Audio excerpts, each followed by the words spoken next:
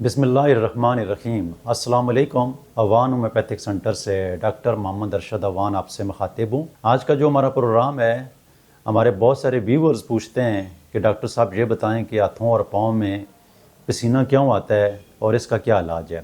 तो इसी हवाले से आज के प्रोग्राम में बात करेंगे कि हाथों और पाँव में जो पसीना आता है तो इसकी क्या वजूहत है। सबसे पहले तो ये है कि हाथों और पाँव के पसीने के हवाले से बाज़ औक़ात तो रिसर्च में ये पता चला है कि इसकी कोई बुनियादी वजह नहीं होती है, बल्कि जो स्वेट ग्लैंड्स होते हैं वो हाइपर हो जाते हैं और हाथों और पाँव में या जिस मकाम के ऊपर हाइपर हो जाते हैं तो वहाँ पर पसीना आना शुरू हो जाता है।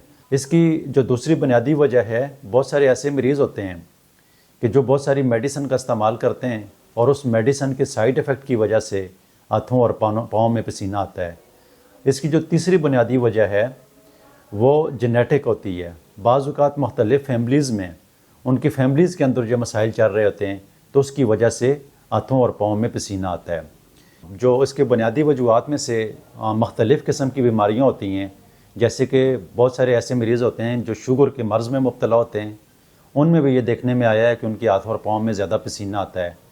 ऐसे मरीज़ जो मुख्तलिफ़ किस्म की बीमारियों, जैसे कि औरतें मेनोपॉज़ के दौर में से गुज़र रही होती हैं, तो उनको भी देखने में आया है कि उनके हाथ और पाँव में पसीना आता है।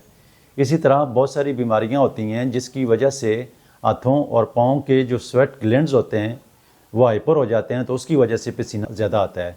और इस पसीना ज़्यादा आने की वजह से फिर बहुत सारे मरीज़ जो होते हैं वो परेशान होते हैं, तंग होते हैं, और अक्सर मरीज़ तो साथ में ये भी कहते हैं कि हमारे पाँव में जो पसीना आता है तो उसके साथ स्मेल होती है। तो ये जो बुनियादी वजूहत यही होती हैं। और अगर आपको किसी भी वजह से पसीना आता है तो सबसे पहले, अगर कोई डायबिटिक पेशेंट है तो अपने शुगर, अगर उसका लेवल बढ़ा रहता है तो शुगर को कंट्रोल करे।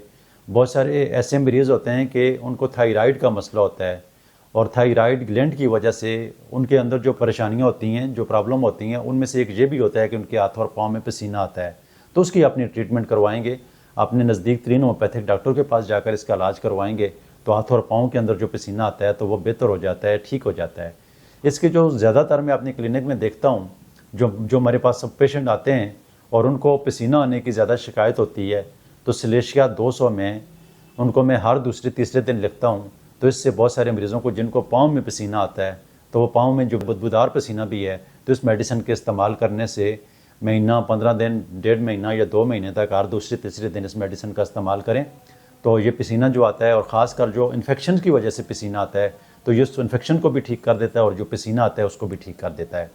जो मोटे लोग होते हैं, जिनको थायराइड का मसला होता है, जिनको और भी बहुत सारी प्रॉब्लम होती हैं और उनके हाथ के तलवों और पाँव के तलवों में पसीना आता है, तो कलकेरिया कार्ब 200 में लें और इसको हर 2-3 दिन के बाद इस्तेमाल करें। महीना, 1.5-2 महीने तक आप इसको इस्तेमाल करेंगे तो अल्लाह ताला के फजल से बहुत सारे ऐसे मरीज़ हैं जिनके पाँव के तलवों में पसीना आता है तो वो सेहतयाब हो जाते हैं।